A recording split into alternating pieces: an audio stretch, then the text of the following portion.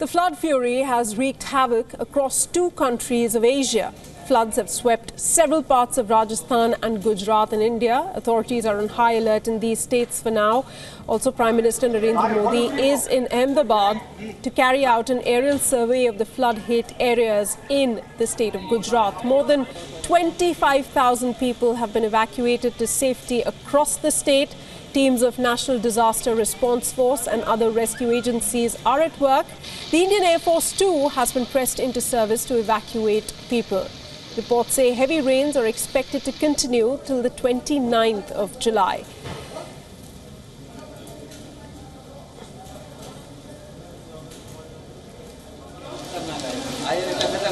Well, that's the latest situation in the country. The Prime Minister in the state of Gujarat. Well, Myanmar is seeing a similar situation. Tens of thousands of people are displaced there. Reports say the floods have left at least 2 people dead. Just yesterday, a Buddhist monk near Pakoku was washed away by the flood waters. The government then had issued flood warnings for several townships in Myanmar.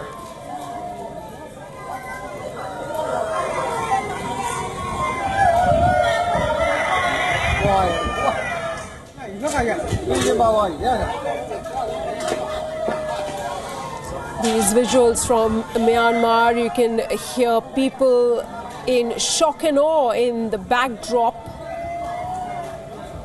as this structure slowly falls into the water.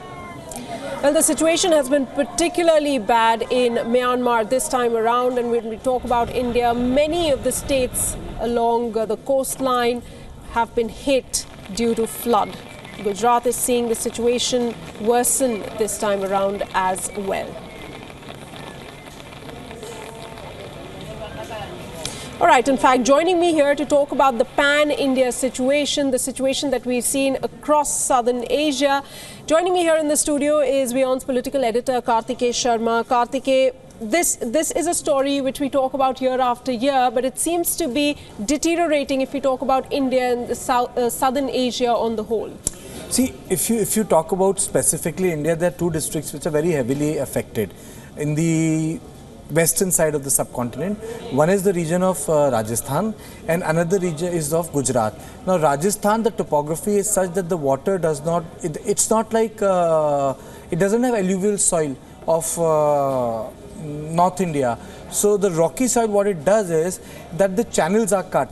So the water, instead of getting absorbed or diverted to bigger rivers, it runs through the roads, it runs through constructed material, because anyway that's very dry area. Now Rajasthan on the other hand has seen so much of rain that the existing water channels are not enough to take care of the flow. That is why you have seen that whenever there is flood in Gujarat, it becomes excessive, and excessive in the sense that the whole of Saurashtra gets completely cut away from the Gujarat, which is the Surat-Vadodara belt. And for example, the Mount Abu district is so flooded that the hilltop is completely not submerged. Hilltop cannot be accessed from the ground because the ground had been submerged, so you can't go to the hilltop. And the roads have been washed away. But the easternmost tip, which is since it's northeast and there is not so much of media, so there is not much of traction, but the fact is even Assam is very badly hit. More than 50,000 people have been affected.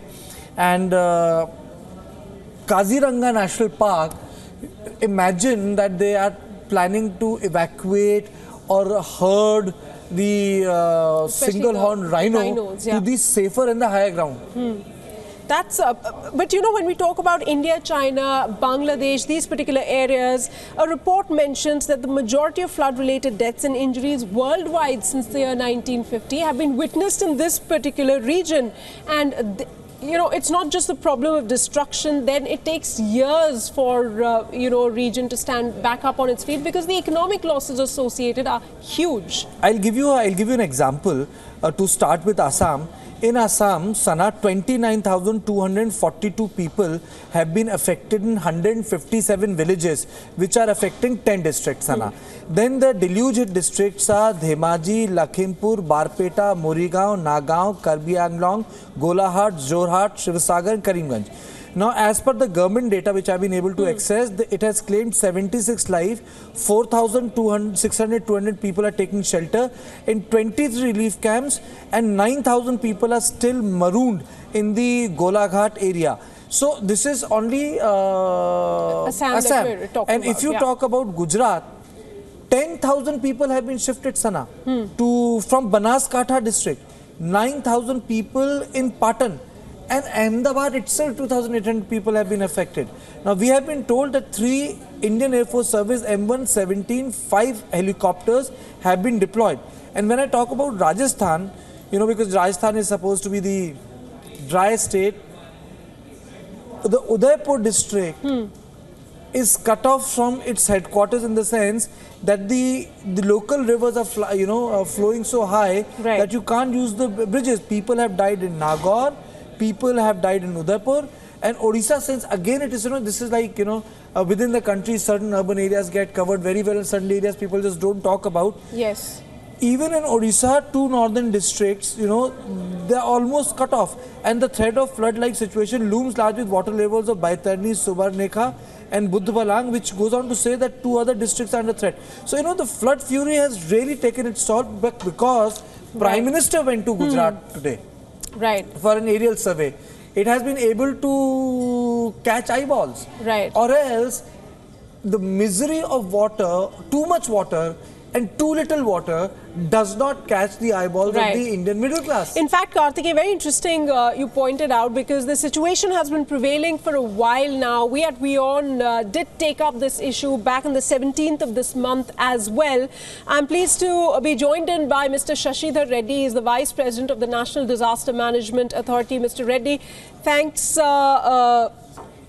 so much for joining us. How do you look at this present situation, Mr. Shashidhar Reddy?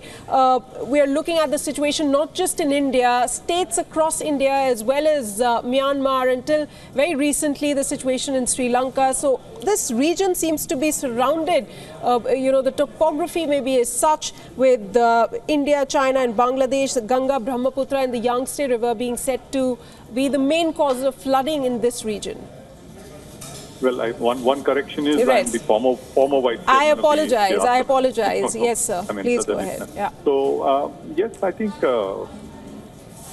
this is climate change really happening.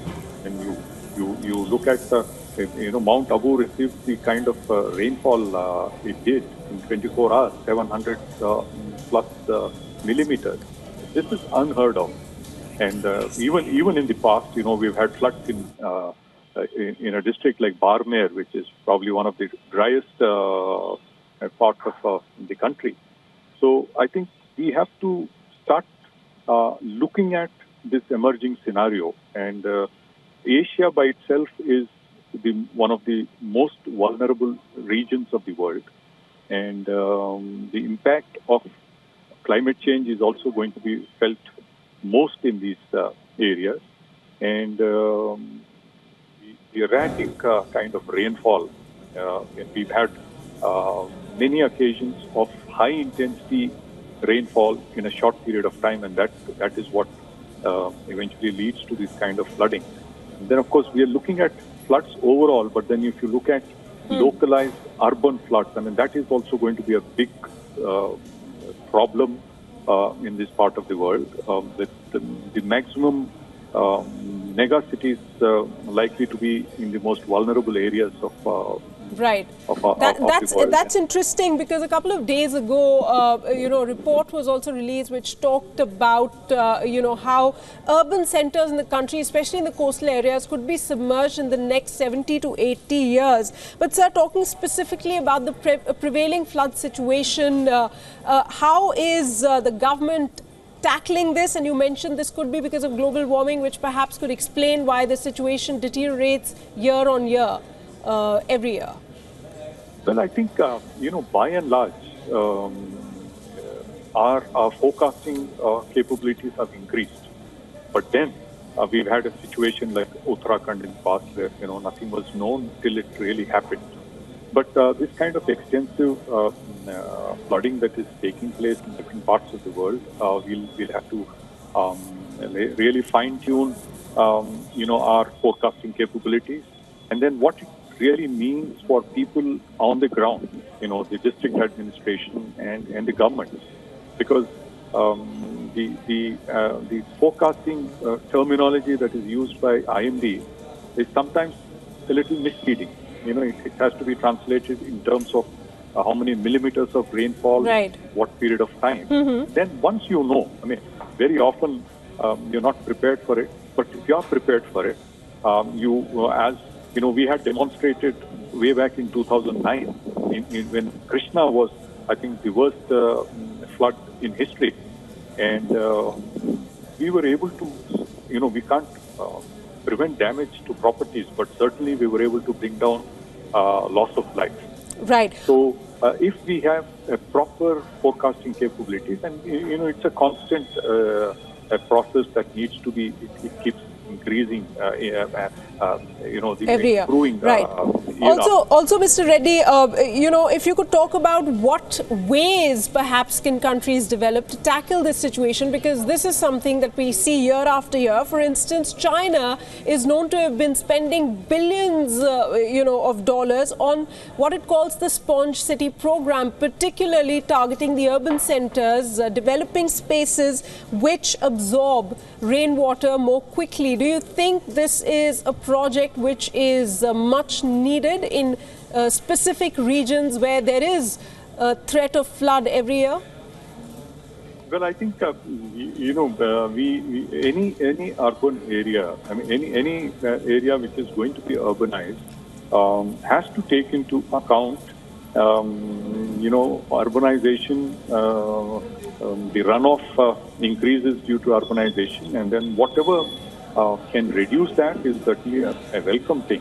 But then, if you look at the kind of experience that we've had, 2005 was a very bad year of floods in the UK, which was something really right, very unusual. And the kind of, London has an average rainfall of about 600 millimeters per year. That precipitation is spread out throughout the year. So effectively 50 millimeters of rainfall per month. And then right, on a single day, in Mount Abu we had 700 plus, and we had about 900 plus millimeters in a 24-hour period in 2005. Absolutely. July. So the intensity, of course, I got your point there, Mr. Reddy. We'll have to leave it at that. Thanks so much. There you have it, Mr. Shashidhar Reddy, former Vice President of the NDMA, with us over the phone line. Karthikeyan, just to sum it all up, we heard, details from Mr. Reddy over there, but looking at the overall situation, it's time that the administration come together, though it's pressing everything that they have into service right now, but there needs to be a larger, framework infrastructure that needs to be built up, not just in the country, even outside it. It's also about global warming. It's also about population, growing with an absurdly high rate. It is also about you building in areas which are supposed to be left fallow. What happened in Kashmir when the floods took place? Actually, the buildings have taken place in those areas which were low-lying. So, right, you can't blame nature for anything. Nature just retrieves what we owe to the nature. So it's like saying that, we built our home near mangrove forest, and, ultimately what happened? It's subsided because you're not supposed to be building your houses on, near mangrove forest. So it is also the dichotomy or the imperatives of economic development, the price we pay through ecology. And it gets, I think, topped up by global warming, which is far more, nature does not discriminate, so it affects everyone.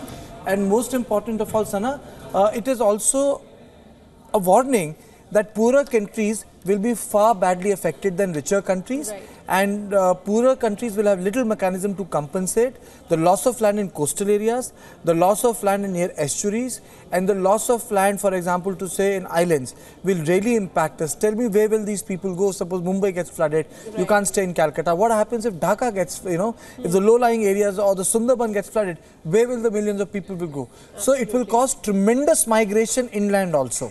Right. It's the pressures that, have been created on the land, also with the growing population. Your point that you correctly pointed out over there, Karthikeyan. We'll leave it at that. Thanks so much for joining us here with inputs.